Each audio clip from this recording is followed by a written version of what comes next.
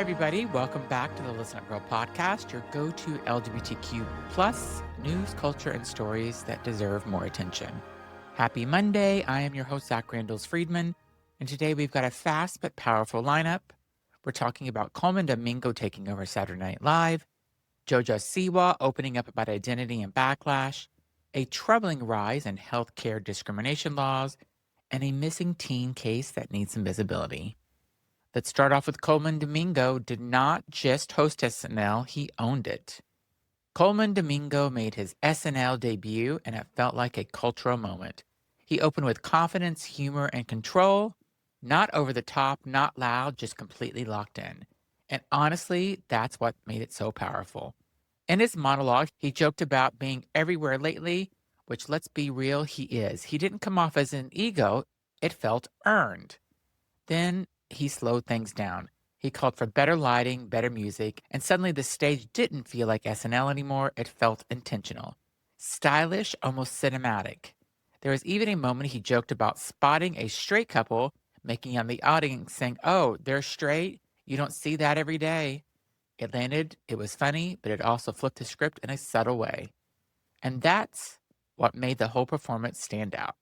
Because behind the confidence is years, decades of work, and his marriage to his husband Raul. He has spoken about that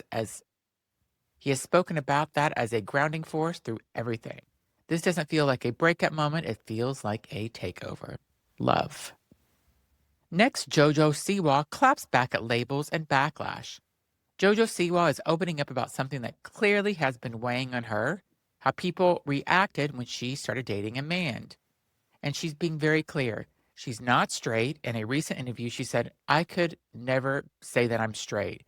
She talked about how she always has been open from coming out at 17 to sharing her relationship publicly. When she fell in love with a man, everything changed. Suddenly, people who supported her turned on her, and she didn't sugarcoat it. She said it's easier for a person to gossip, hate, and judge than it is just to be supportive. And honestly, that part hits. Because when she's describing something we don't talk enough about, bi and pan erasure, the idea that if you're not fitting nearly into one label, people question your identity. She said she identifies most with queer or pansexual, but ultimately defines herself as happy. And here's the key part. She said being in a relationship with a man does not erase her past, her identity, or her place in the LGBTQ plus community. And it shouldn't. But she also shared something heavier.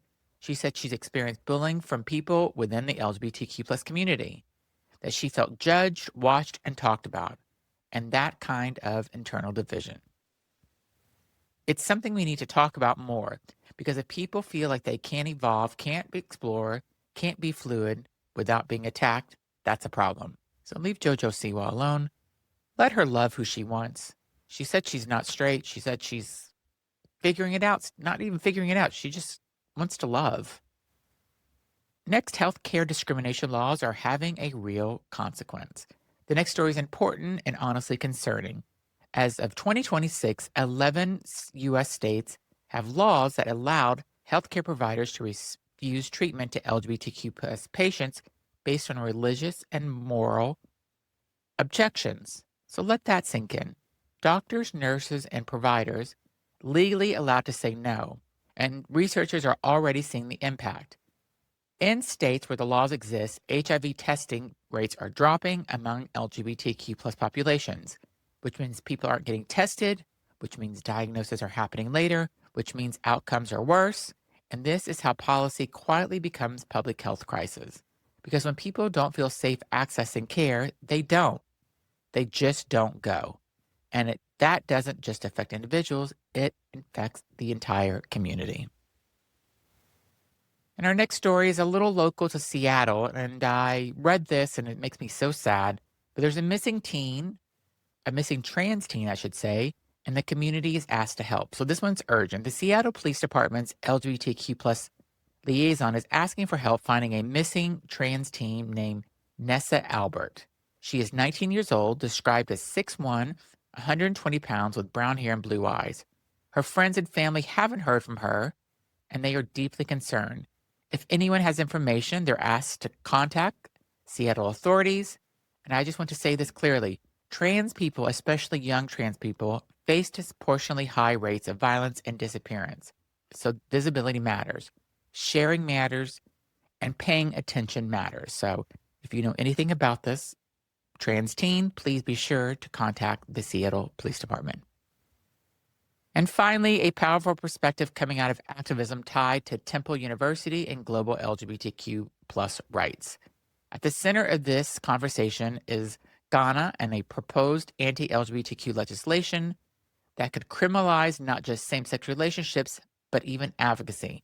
We're talking about prison sentence, criminalizing support, silencing communities.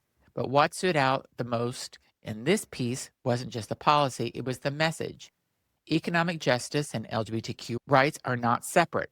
When people are criminalized, they lose their jobs, housing, healthcare, family support, and that pushes them further into vulnerability.